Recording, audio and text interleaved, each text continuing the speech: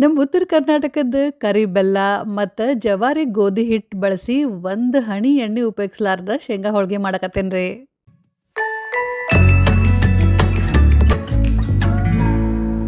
ಪಾಕ ಶೃಂಗಾರದ ಎಲ್ಲ ವೀಕ್ಷಕರಿಗೆ ಭೋಗಿ ಮತ್ತು ಸಂಕ್ರಾಂತಿ ಹಬ್ಬದ ಹಾರ್ದಿಕ ಶುಭಾಶಯಗಳು. ಎಳ್ಳು ಬೆಲ್ಲ ತಿಂದು ಒಳ್ಳೆ ಮಾತಾಡ್ರಿ. ನೀವು ಎಳ್ಳು ಬೆಲ್ದಂಗಿರೋಣ. ಶೇಂಗಾ ಹೋಳ್ಗೆ ಮಾಡಕ್ಕೆ ಮೊದಲು ಕಣಕ ರೆಡಿ ಮಾಡ್ಕೊಳಕತ್ತೀನಿ.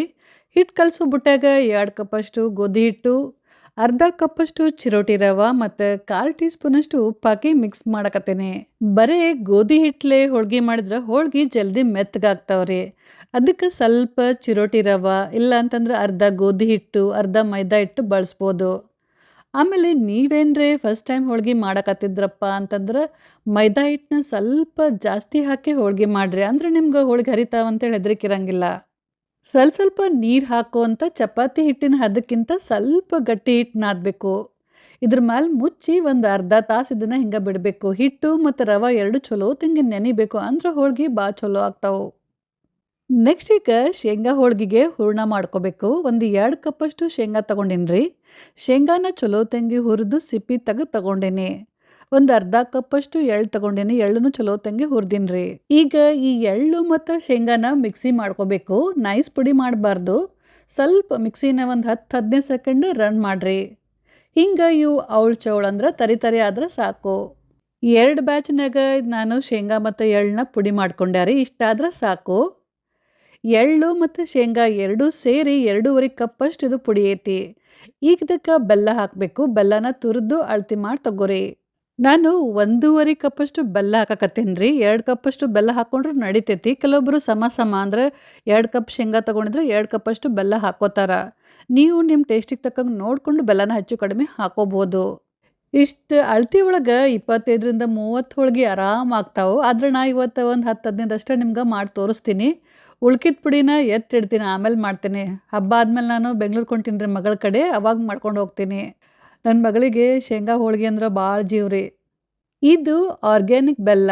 ಆದಷ್ಟು ಚಲೋ ಕ್ವಾಲಿಟಿ ಬೆಲ್ಲ ತಗೋರಿ. ಅಂದ್ರೆ ಹೋಳ್ಗೆ ಭಾಳ ರುಚಿ ಆಗ್ತಾವೆ. ಬೆಲ್ಲ ಮತ್ತು ಶೇಂಗಾ ಪುಡಿನ ಸರಿಯಾಗಿ ಮಿಕ್ಸ್ ಮಾಡಿದ್ಮೇಲೆ ಈಗ ಇದನ್ನ ಮತ್ತೆ ಸ್ವಲ್ಪ ಹೊತ್ತನ ಮಿಕ್ಸಿ ಮಾಡ್ಕೋಬೇಕು. ಸ್ವಲ್ಪ ಪುಡಿನ ಮಿಕ್ಸಿ ಜಾರ್ನಾಗ ಹಾಕೋರಿ. ಮಿಕ್ಸಿನ ಹಿಂಗೆ ಅಪೋಸಿಟ್ ಸೈಡ್ ಬಿಟ್ಟು ರನ್ ಮಾಡ್ರಿ. ನಡ್ಬರ್ಕ ಮಿಕ್ಸಿನ ಸ್ಟಾಪ್ ಮಾಡಿ ಮೇಲೆ ಕೆಳಗೆ ಮಿಕ್ಸ್ ಮಾಡಿ ಮತ್ತೆ ಒಂದು 10-15 ಸೆಕೆಂಡು ಮಿಕ್ಸಿನ ರನ್ ಮಾಡ್ರಿ. ಸರಿಯಾದ ಹದ ಬರುತ್ತನ ಹಿಂಗೆ ನಾವು ಮಿಕ್ಸಿನ ಉಲ್ಟಾ ಅಂದ್ರೆ ಅಪೋಸಿಟ್ ಸೈಡ್ ರನ್ ಮಾಡಬೇಕು.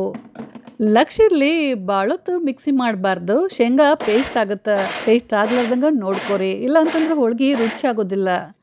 ನೋಡ್ರಿ ಹಿಂಗಾಗಬೇಕು. ಶೇಂಗಾ ಪುಡಿ ಆಗಬೇಕು. ತೀರಾ ನೈಸ್ ಪುಡಿ ಮಾಡಬಾರ್ದು. ಸ್ವಲ್ಪ ತರಿ ಇರಬೇಕು. ಬೆಲ್ಲದ ಜೋಡಿ ಚಲೋ ತಂಗೆ ಹೊಂದ್ಕೋಬೇಕು. ಆದ್ರೆ ಪೇಸ್ಟ್ ಆಗಬಾರ್ದು. ಅಂದ್ರೆ ಅವಾಗ ಹೋಳ್ಗೆಗೆ ಹೂಡ್ದ ಹದ ಸರಿಯಾಗೈತೆ ಅಂಥೇಳಿ ಅರ್ಥ. ಹಿಂಗೆ ನಾನು ಉಳ್ಕಿದ್ದು ಎಲ್ಲ ಶೇಂಗಾ ಪುಡಿನ ಮಿಕ್ಸಿ ಮಾಡ್ಕೊಳಕತ್ತೀನಿ ರೀ. ಹೋಳ್ಗೆ ತಿನ್ನೋ ಮುಂದೆ ಬಾಯಾಗ ಅಗದಿ ಸಣ್ಣ ಶೇಂಗಾ ತುಕಡಿ ಇರ್ತಾವಲ್ರಿ, ಅವು ಬರಬೇಕು. ಅಂದ್ರೆ ಹೋಳ್ಗೆ ಭಾಳ ರುಚಿ ಅನಿಸ್ತೈತಿ. ಭಾಳ ದೊಡ್ಡ ಹೋಳಿದ್ದಪ್ಪ ಅಂತಂದ್ರೆ ಹೋಳ್ಗೆ ಲಟ್ಸೋ ಮುಂದೆ ಹೋಳ್ಗೆ ಹರಿತಾವು. ಅದಕ್ಕೆ ಪುಡಿ ಮಾಡ್ಕೊಂಡ್ಮೇಲೆ ಎಲ್ಲ ಒಂದ್ಸಲ ಚೆಕ್ ಮಾಡಿ ನೋಡಿ. ನಡ್ಬರ್ಕೇನ್ರಿ ದೊಡ್ಡ ಶೇಂಗಾ ಹೋಳು ಬಂದುವಪ್ಪ ಅಂತಂದ್ರೆ ಆರಿಸಿ ತೆಗೆದ್ಬಿಡ್ರಿ. ಈಗ ಹೋಳ್ಗೆಗೆ ಹೂರ್ಣ ರೆಡಿ ಆಯ್ತು ನೋಡ್ರಿ. ಇದನ್ನು ನೀವು ಒಂದು 15-20 ದಿನ ಒಂದು ಏಟ ಡಬ್ಬ್ಯಾಗ ಸ್ಟೋರ್ ಮಾಡಿ ಇಟ್ಕೋಬೋದು. ನೀವು ಬೇಕಾದಾಗ ಫಟಾಫಟ್ ಅಂತೇಳಿ ಬರೀ ಹಿಟ್ಟು ನಾದ್ಕೊಂಡು ಶೇಂಗಾ ಹೋಳ್ಗೆ ಮಾಡ್ಕೋಬೋದು.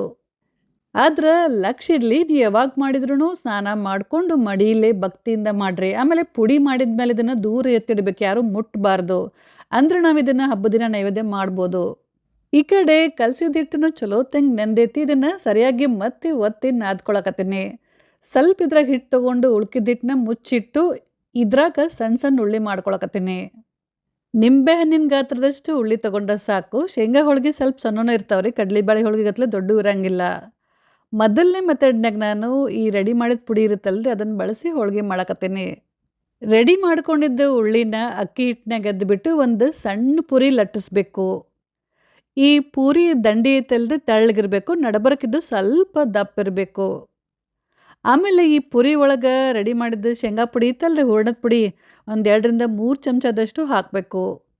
ದಂಡಿನ ಹಿಂಗೆ ಸೇರಿಸ್ಕೊಂತ ಬರಬೇಕು. ಎಲ್ಲ ತುದಿಗಳನ್ನ ಸೇರಿಸಿ ಎಕ್ಸ್ಟ್ರಾ ಏನು ಹಿಟ್ಟು ಇರುತ್ತಲ್ಲ ಅದನ್ನು ತೆಗಿಬೇಕು.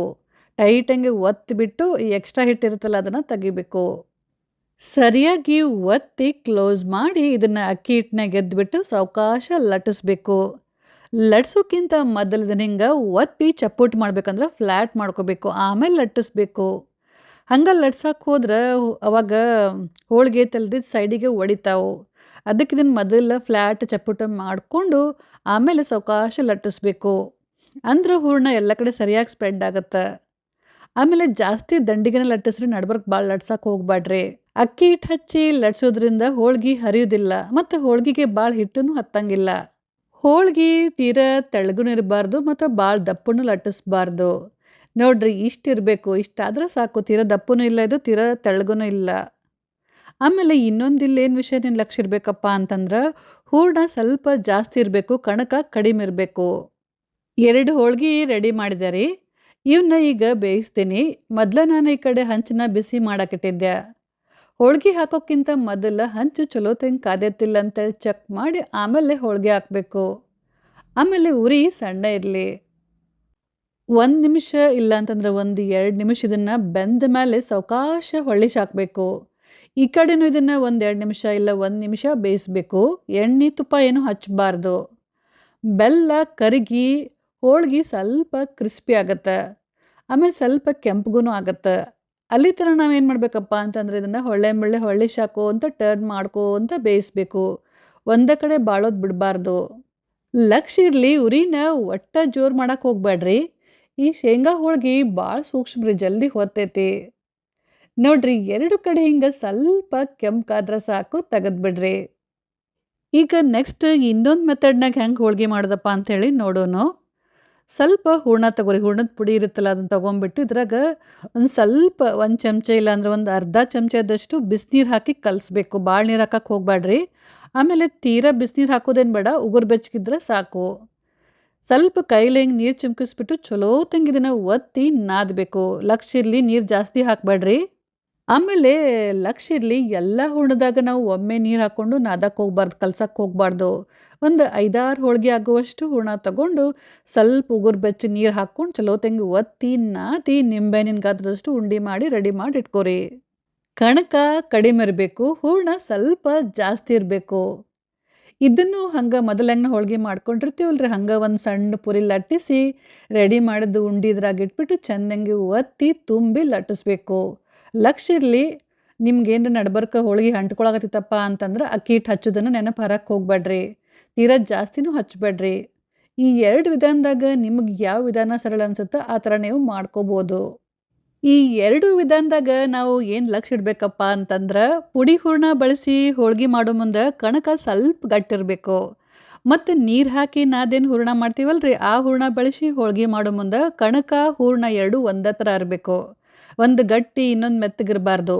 ಕಣಕ ಗಟ್ಟಿ ಇತ್ತಂದ್ರೆ ಹೂರಣನೂ ಗಟ್ಟಿ ಇರಬೇಕು, ಅಂದ್ರೆ ಹೋಳ್ಗೆ ಚಲೋ ಆಗ್ತಾವೆ. ಟೋಟಲಿ ನಾನು 15 ಹೋಳ್ಗೆ ಮಾಡೀನಿ ರೀ. 15 ಹೋಳ್ಗೆ ಆದ್ಮೇಲೆ ಇಷ್ಟು ಹೂರಣ ಉಳ್ದೈತೆ ನೋಡ್ರಿ. ಎಲ್ಲ ಹೋಳ್ಗೆ ಮಾಡಿದ್ಮೇಲೆ ಹಿಂಗೆ ಅವನ್ನ ಅಗಲಂಗೆ ಹರಡಿಡ್ರಿ. ಪೂರ ತಣ್ಣಗಾಗ್ಬೇಕು ಇವು. ಪೂರ ತಣ್ಣಗಾದ್ಮೇಲೆ ಒಂದು ಏಟಾದ ಡಬ್ಯಾಗ ಹಾಕ್ರಿ. 10-15 ದಿನ ಸ್ಟೋರ್ ಮಾಡಿ ಇಟ್ಕೊಂಡು ನಿಮ್ಗೆ ಬೇಕಾದಾಗ ಇದ್ರ ಮೇಲೆ ಮಸ್ತ್ ಗಟ್ಟಿ ತುಪ್ಪ ಹಾಕ್ಕೊಂಡು ಶೇಂಗಾ ಹೋಳ್ಗಿನ ಎಂಜಾಯ್ ಮಾಡಿರಿ. ಈ ಸಲ ಹಬ್ಬಕ್ಕೆ ನೀವು ಹಿಂಗೆ ಶೇಂಗಾ ಹೋಳ್ಗೆ ಮಾಡಿ ದೇವ್ರಿಗೆ ನೈವೇದ್ಯ ಮಾಡಿರಿ. ಬರೀ ನಿಮ್ಮ ಮನೆಯವ್ರಿಗೆ ಅಷ್ಟೇ ಅಲ್ದೆ ನಿಮ್ಮ ಅಕ್ಕಪಕ್ಕದವ್ರಿಗೆ, ಫ್ರೆಂಡ್ಸಿಗೆ ಹೋಳ್ಗೆ ಎಳ್ಳು ಬೆಲ್ಲನ ಕೊಟ್ಬಿಟ್ಟು ಖುಷಿಯಿಂದ ಹಬ್ಬ ಮಾಡಿರಿ.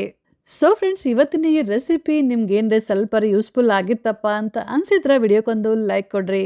ಹಂಗೆ ಕಮೆಂಟ್ ಮಾಡೋದನ್ನು ಮಾತ್ರ ನೆನಪು ಹಾರಕ್ಕೆ ಹೋಗಬೇಡ್ರಿ. Thank you.